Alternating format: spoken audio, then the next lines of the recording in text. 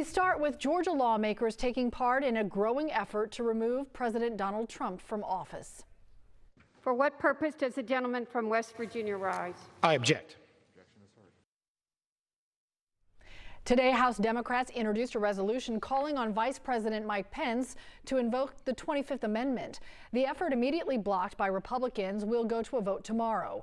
Wednesday, the House is expected to discuss impeachment. The single article introduced today charges the president with incitement of insurrection.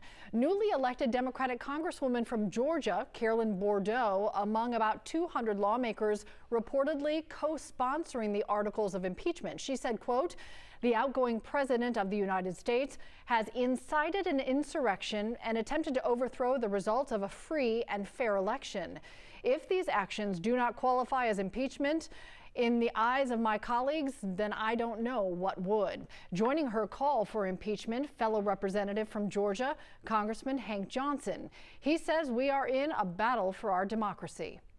I believe the most solemn obligation that we have now is to remove this president from office as quickly as possible.